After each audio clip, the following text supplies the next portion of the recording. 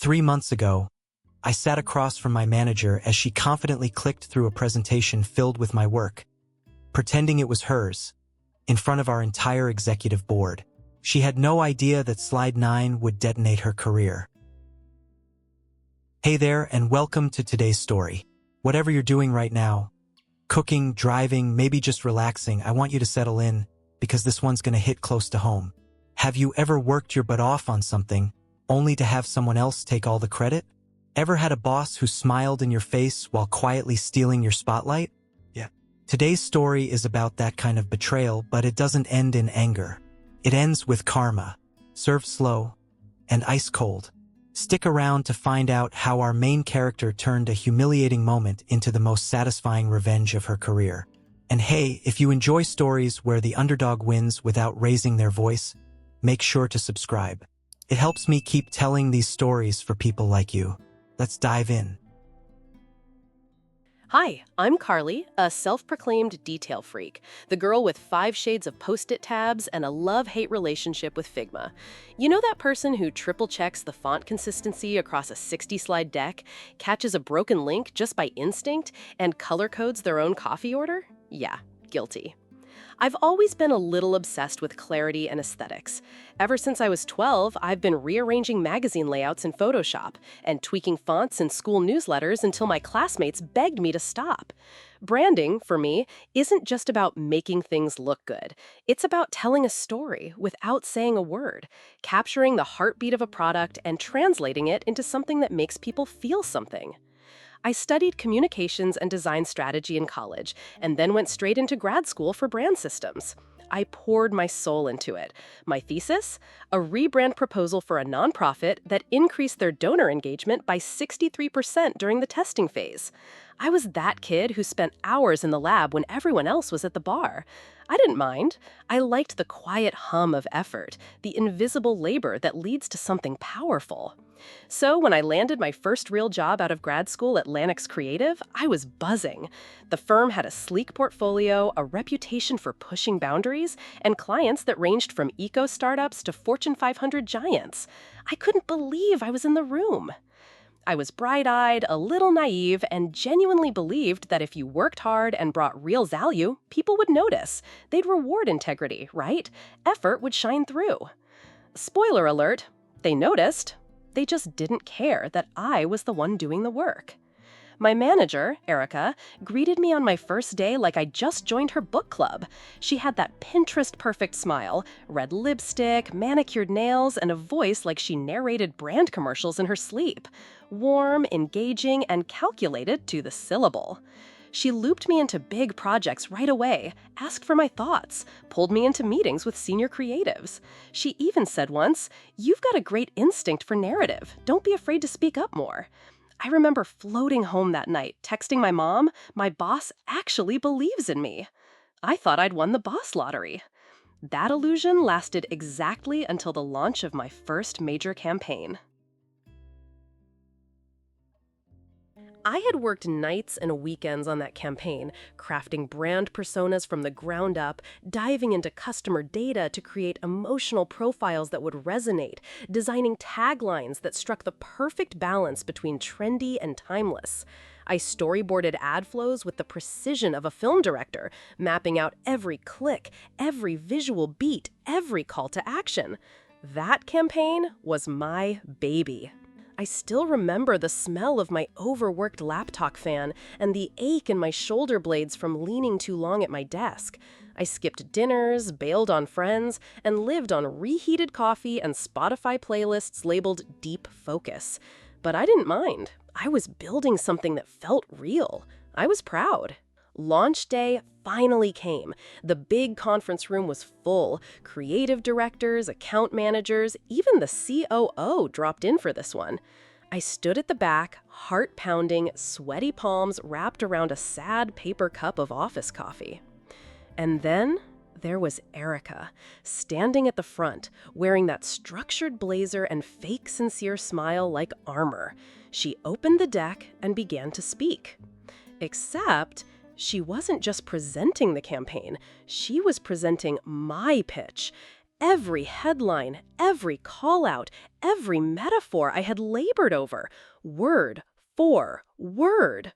She even cracked the joke I'd made in the brainstorm, a dumb little quip about our client's logo looking like a sad balloon, the one that made the team laugh and loosen up when we were all stuck. I remember the way she delivered it, with a dramatic pause and an "aren't I clever" grin. I felt like my insides froze. I kept waiting for her to glance back at me and say something like, "Carly led this creative direction," or "huge shout out to my strategist for her vision." Anything. But nothing came. When the applause hit at the end, it sounded like a slap. I tried to rationalize it. Maybe she forgot. Maybe in the pressure of presenting, she blanked. It happens, right? But then it happened again. And again. With every new campaign, she'd tap me in early, ask me to shape the concept, brainstorm the hook, help polish the language, and when presentation day rolled around, she'd show up alone, acting like she'd built the whole thing in her sleep. I started watching more closely, reading between the lines of email threads, noticing how my name was always missing in the to or CC fields when she sent client updates using my drafts. Slide decks I'd formatted and branded by hand, she'd remove the footers I'd signed. Notes I left for collaboration, gone.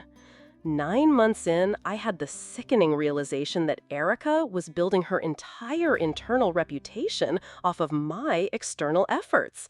People in leadership had started referring to her as visionary.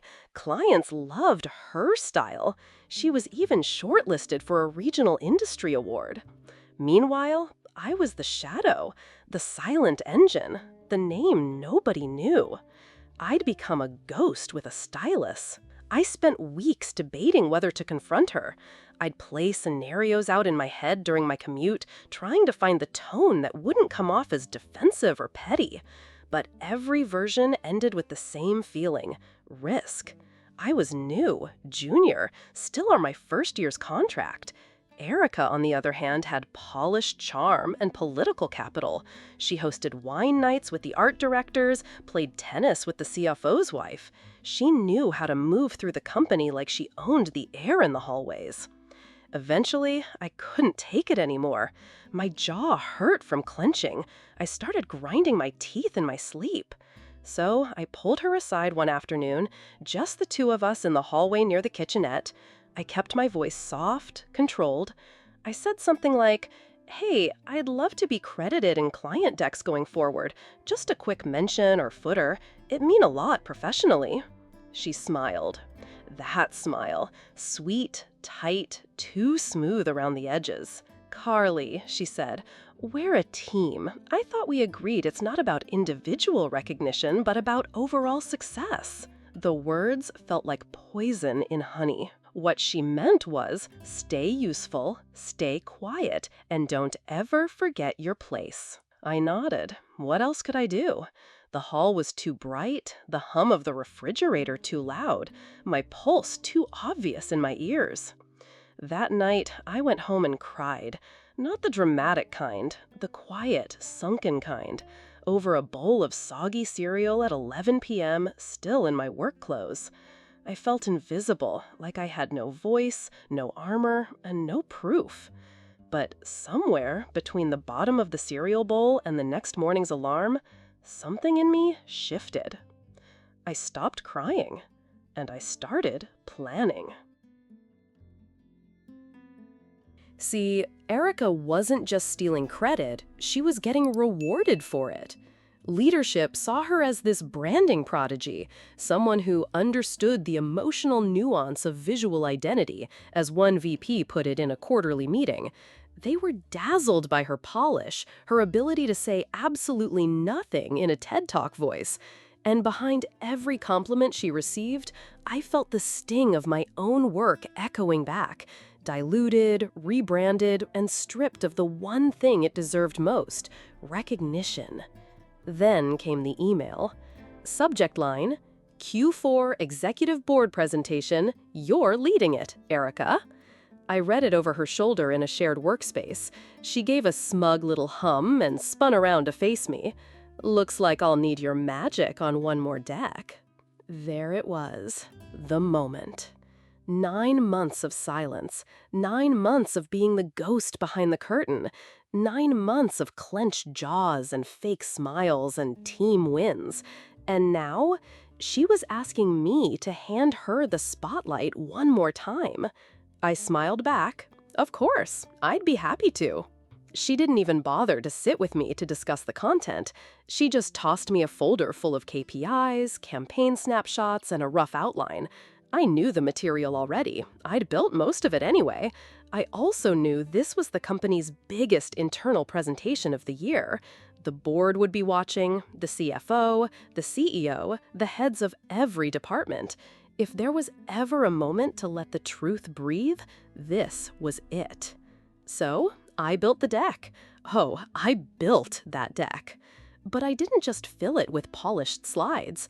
I curated evidence, a quiet, irrefutable trail of receipts that no one could ignore. Each campaign had a title card, slick, minimal, and modern. Underneath, a small timestamp and version number linked back to our internal cloud where my name was stamped as the creator. Each final concept was accompanied by the original draft, showing the evolution from my rough sketches to polished deliverables. One section, Creative Development Timeline, wasn't just bullet points. It was a visual breakdown of project workflows. Included were Slack screenshots, carefully cropped, showing me pitching the core ideas, and Erica replying with her signature thumbs up emoji. Just that. No input, no feedback, just the kind of lazy nod that says, "Cool, I'll take it from here." Then there was the client impact section. It featured campaign outcomes, ROI boosts, and the crown jewel, a short video testimonial from one of our longest-standing clients. In it, the client specifically thanked me by name for understanding our brand on a personal level and bringing fresh vision to our messaging. That wasn't an accident either. A few weeks prior, I'd reached out to the client under the guise of an internal quality check. They were more than happy to provide feedback, and they insisted on crediting the strategist who worked directly with them. That was me. I edited the clip down to just under 30 seconds and dropped it into the deck with a clean autoplay loop. But the real hammer, the slide that would suck all the oxygen out of the room, was slide 9. Titled, My Vision for Lanix Creative. It wasn't buried. It wasn't subtle. It was bold, centered, and clear. In the lower right corner, the footer read, Creative Direction and Strategic Insights by Carly D. And to top it off, I locked the entire deck as a read-only PDF. No edits, no removals, no tweaks. If Erica wanted to change anything, she'd have to rebuild the whole thing from scratch, something I knew she didn't have the time or talent for. The board meeting was less than 48 hours away. I sent the file with a short message. Deck finalized and ready for presentation. Let me know if you need anything else. She replied 3 hours later with a thumbs up emoji. Classic. I spent the next 2 days pretending everything was normal. I showed up on time, attended my meetings, ate my microwaved lunches with the interns. But inside, I was vibrating. The line between nerves and thrill was razor thin. There's a very particular kind of adrenaline that comes from knowing someone's about to walk straight into a trap you didn't even set, just one they built with your tools. I didn't sleep much the night before the meeting, not because I was worried, but because I couldn't stop imagining the moment. Erica standing there, spinning her usual branding fluff, completely unaware that her entire narrative had been lined with tripwires. It wasn't about revenge in the petty sense. I didn't want to ruin her. I didn't want to scream or accuse or take her down in a blaze. I wanted something quieter, more surgical. I wanted the truth to do all the work. I wanted her own words, her own ego, her own performance to pull the pin. And the best part? I didn't have to lift a finger. She would take the stage, she would open the deck, she would hit play. And when slide 9 came, well, you'll see. The day of the board meeting felt like walking into a movie I'd already seen, except this time I'd written the ending. Erica entered the room with the poise of a keynote speaker, wearing a structured navy dress that probably had its own LinkedIn profile. Her heels clicked like punctuation marks as she made her way to the head of the conference table, nodding to executives like they were longtime admirers. Her confidence wasn't just visible, it was weaponized. This was her moment, and she wanted everyone in that room to know it. I walked in a few minutes after, choosing a seat closer to the back. I didn't need to be seen. Not yet. I cradled my coffee and waited. The boardroom buzzed with soft chatter, project updates, fourth quarter metrics, the usual corporate pre-meeting fluff. But even through the background noise, I could hear my heart beating in my ears. That anxious, electric thump of adrenaline mixed with anticipation. I didn't know how quickly things would unravel. I just knew they would. Erica opened the presentation with her trademark blend of charm and scripted inspiration. "Good morning, everyone," she began.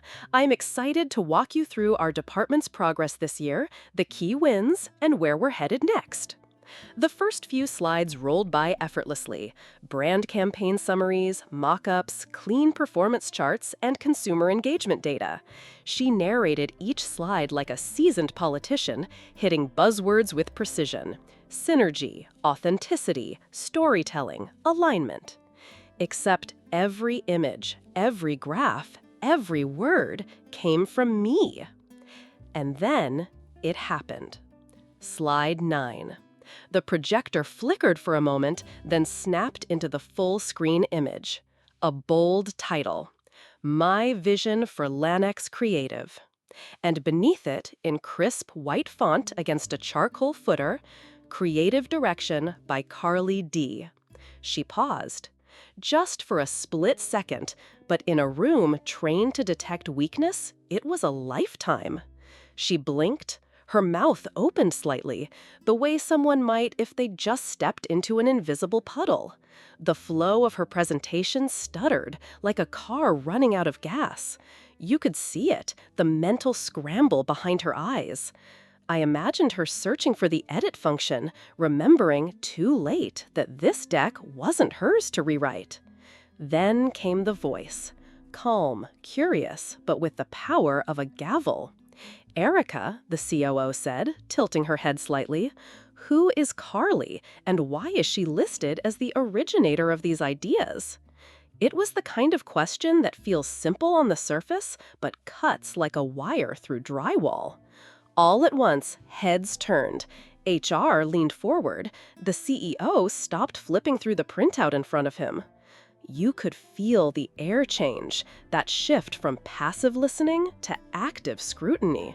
And I just sat back in my chair, latte in hand, watching it unfold like a slow-motion implosion. Erica tried to recover. She said something vague about collaborative development and team effort. Her voice pitched higher than usual, that slight strain you only hear when someone's trapped between panic and performance. But the damage was already done. Because the next slide didn't just show pretty pictures, it showed proof. Time-stamped drafts, project workflow screens, Slack message screenshots. Each one tied directly to my name, my workspace, my authorship. Then came the video. The client testimonial, a looped 30-second clip embedded into the corner of the slide. The client smiled, speaking confidently.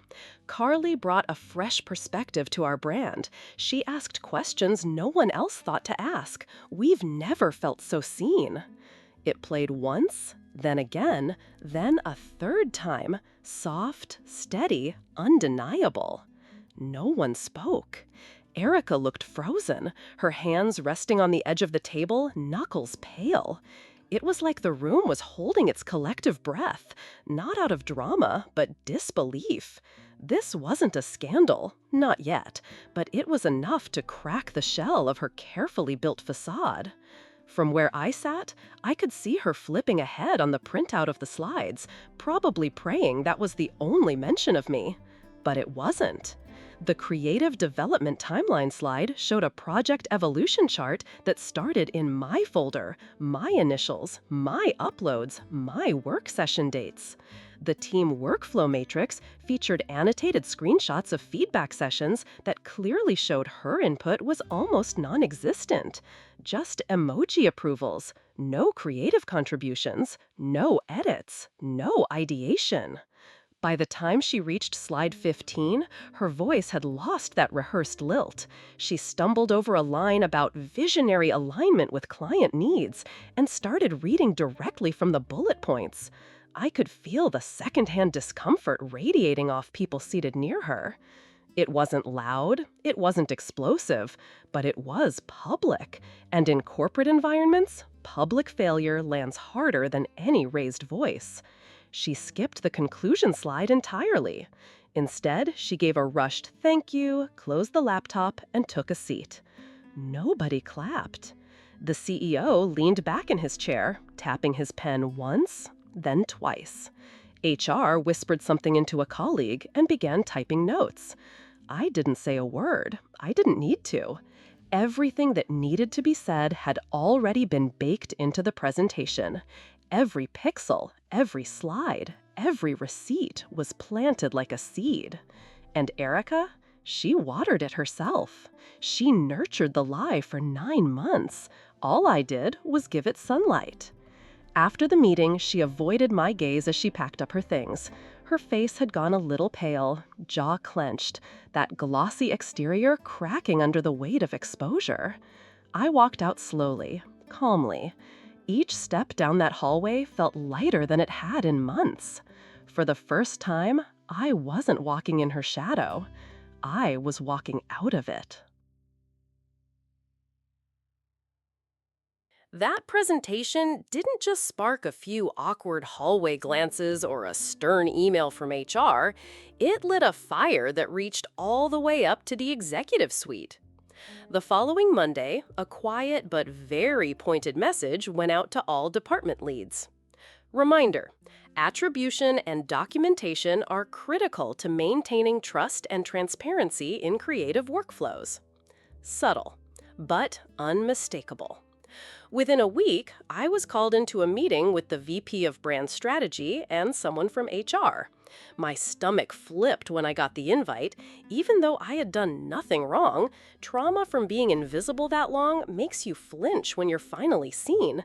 But the tone of the meeting wasn't confrontational. It was cautious, curious. They asked me to walk them through how those campaign materials were developed, and I did, calmly, clearly, and with receipts. I showed timelines, project files, Slack threads. I didn't editorialize, I didn't speculate, I just laid out the facts. By the end of the meeting, their faces said everything. There wasn't going to be a dramatic takedown or some grand announcement. That's not how corporate works. But what followed was its own kind of poetry. 2 weeks after the presentation, Erica was transitioned out. She didn't get a farewell lunch.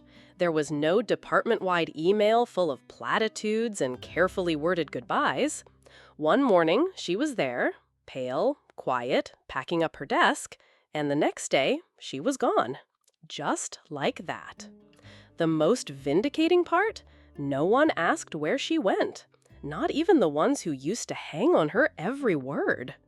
As for me, they offered me a promotion, lead brand strategist with a dedicated team and a budget I didn't have to beg for. My name appeared, officially, in campaign briefs, pitch decks, and internal wins shared in executive recaps. Clients started requesting me by name. Colleagues who'd once brushed past me in brainstorms began looping me in before pitches even formed. But the thing I'm proudest of? I started mentoring the new hires, especially the ones who remind me of who I used to be. A little quiet, maybe too polite, hesitant to claim space even when their ideas are groundbreaking. The ones who second-guess whether their work really matters.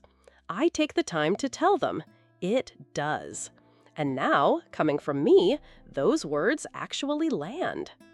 I remember one junior strategist pulling me aside after a campaign launch. She said, "Thanks for speaking up in that meeting. I was scared to say something, but when you backed me up, I felt like I could." That hit harder than any title could. Because power, used right, doesn't silence people. It creates space for them. Sometimes, when I'm working late, I'll open the folder on my desktop labeled Final Deck Erica.pdf. I don't do it out of spite. Not anymore. I do it as a reminder. A reminder of how far I've come. A reminder that I never had to yell or fight dirty to be heard. A reminder that the truth, when presented clearly and confidently, is its own sharpest weapon. Erica wanted to be the star. She wanted all the applause. And for a while, she got it. But the irony? The moment she truly owned the spotlight, the one she'd been chasing her entire career, was also the moment the truth caught up with her. Because in that room, under those lights, with those names on those slides, she was finally seen for exactly what she was. And me? Well, I'm still here. Still building, still creating, still growing. But this time, I'm doing it with my name on the door, with clients who know me, with leadership who trust me, with a voice that doesn't have to fight to be heard anymore. And when people ask what changed, I just smile and say, I stopped trying to be invisible. Not everyone likes that answer. But then again, I'm not here to make people comfortable anymore. I'm here to make sure no one else becomes a ghost in their own story. The truth is, not all revenge needs fire and fury. You don't always need to shout, burn bridges, or wage a messy war to prove your worth. Sometimes, the most poetic justice comes from doing absolutely nothing, except letting the truth breathe, letting the work speak, letting them expose themselves in a room full of people they were trying to impress. It's a strange kind of power, silent, strategic, and clean. Because while they're busy performing, you're building. While they're chasing credit, you're collecting receipts. And eventually, they trip on their own ego. That's the thing about people who steal the spotlight. They never think to check where the wires are. They don't realize the person running the lights can flip the switch. I didn't burn anything down. I just turned the lights on and walked out of the shadows. Have you ever watched someone sabotage themselves trying to sabotage you? Tell me in the comments. I read every single one. If this story hit close to home, smash that like button, subscribe for more poetic justice, and share this video with someone who needs a little reminder. Quiet doesn't mean weak. Sometimes it means lethal in PowerPoint.